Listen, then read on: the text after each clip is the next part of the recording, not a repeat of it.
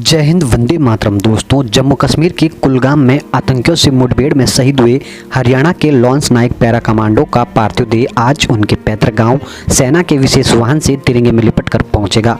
बता दें कि पैरा कमांडो का आज अंतिम संस्कार किया जाएगा। दीप का पार्थिव शरीर रविवार को दिल्ली एयरपोर्ट पर पहुंचा, जहां उनके पार्थिव शरीर को सलामी देकर हिसार के लिए रवाना किया गया है। यहां उनके पार्थिव शरीर को हिसार के मिलिट्री अस्पताल में रखा गया। आज प्रदीप नैन का पार्थिव शरीर जिंद के पैतृक गांव जाजनवाला में गाड़ियों और बाइकों के काफिलों के साथ लाया जाएगा। उसके बाद सेना की टुकड़ी उन्हें अंतिम सलामी देगी। इसके बाद राज्य के सम्मान के साथ उनका अंतिम संस्कार किया जाएगा।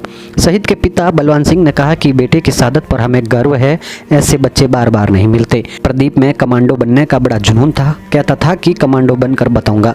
बेटा दिलेर था, उसके अंदर किसी चीज का डर नहीं था। बेटे ने कहा था 15-20 दिन छुट्टी पर आऊंगा। वहीं उन्होंने बताया कि बेटे ने 3 भर्तियां लगाई थी, 2 में फेल हो गया और तीसरी में मातृभूमि की रक्षा के लिए भारतीय सेना में भर्ती हो गया। 29 वर्षीय प्रदीप 9 साल पहले सेना में भर्ती हुए थे। इसके बाद उनकी काबिलियत देखकर उन्हें पैरा कमांडो बनाया गया। वो परिवार के इकलौते बेटे थे। कुछ समय बाद वे पिता बनने वाले थे। प्रदीप के अलावा एक और जवान शहीद हुए हैं। आशंका जताई जा रही है कि आतंकी अमरनाथ यात्रा को निशाना बनाने की साजिश रच रहे थे। सेना ने शनिवार देर शाम गांव के सरपंच को शहादत की सूचना दी थी। इसके बाद सरपंच ने परिवार को बेटे के शहीद होने के बारे में बताया। इस सूचना के बाद शहीद की गर्भवती पत्नी की तबीयत खराब है, उन्हें अस्पताल में भर्ती कराया गया है। शहीद की मां और बहन का रो रो कर बुरा हाल हो रहा है। प्रदीप की मां की आंखों से आंसू थमने का नाम ही नहीं ले रहे हैं। उनके मुंह से सिर्फ बेटे के बारे में ही शब्द निकल रहे हैं। मां कह रही है कि बेटा तू हमें छोड़कर क्यों चला गया, तेरे बिना हम कैसे जिएंगे। परिजनों का कहना है कि प्रदीप बेहद ही सीधा साधा और हंसमुख लड़का था। पड़ोसी गांव के रिटायर्ड सूबेदार जय भगवान ने बताया कि गांव के सरपंच के पास सेना का फोन आया था। उन्होंने बताया कि आपके गांव का बेटा प्रदीप नैन आतंकियों से मुठभेड़ में शहीद हो गया है। वहीं सेना ने बताया कि 2 आतंकियों को भी मार गिराया है आपके गांव के बेटे ने। परिजनों की प्रदीप से आखिरी बार 2-3 दिन पहले बात हुई थी। प्रदीप नैन 2015 में जाट रेजिमेंट में भर्ती हुए थे। इसके बाद वे पैरा कमांडो में चले गए।